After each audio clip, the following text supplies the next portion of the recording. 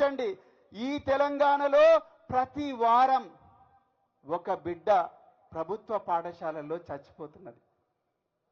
ప్రతి వారం ఒక ఆటో డ్రైవర్ ఆత్మహత్య చేసుకుంటున్నాడు. ప్రతి వారం 6 మంది రైతులు ఆత్మహత్య చేసుకుంటున్నారు. ప్రతి వారం 17 పాఠశాలలు మూతబడతా ఉన్నాయి. 17 పాఠశాలలు మూతబడతా ఉన్నాయి.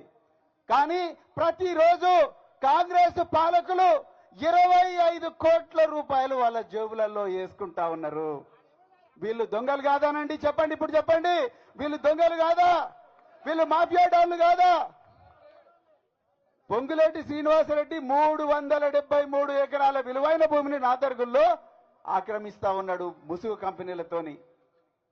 ఇట్లా ఎన్నో దందాలు చేస్తున్నారు. మిత్రులారా, దయచేసి ఈ కాంగ్రెస్ పాలకుల వాళ్ళ శ్రద్ధ అంతా కూడా డబ్బులు ఏ విధంగా సంపాదించాలన్న దాని మీదనే ఉంది తప్ప ఇంకొక దాని మీద కాదు. మనందరి జీవితాలు ఎంత నాశనమైనా పర్వాలేదు, కానీ వాళ్ళ జోబులు నిండాలి, వాళ్ళ ఖజానా నిండాలి, వాళ్ళ దగ్గరికి లక్షల కోట్లు రావాలనే ఆలోచన ఉంది. అందుకొరకే ఈ రోజు తెలంగాణలో కోదాడ నుంచి కొడంగల్ దాకా, ఆసిఫాబాద్ నుంచి అలంపూర్ దాకా ప్రతి చోట కూడా మళ్ళీ కేసీఆర్ గారు ముఖ్యమంత్రి కావాలనే ప్రజలందరూ కూడా 1000 దేవుళ్ళకు మొక్కుంటా ఉన్నారు.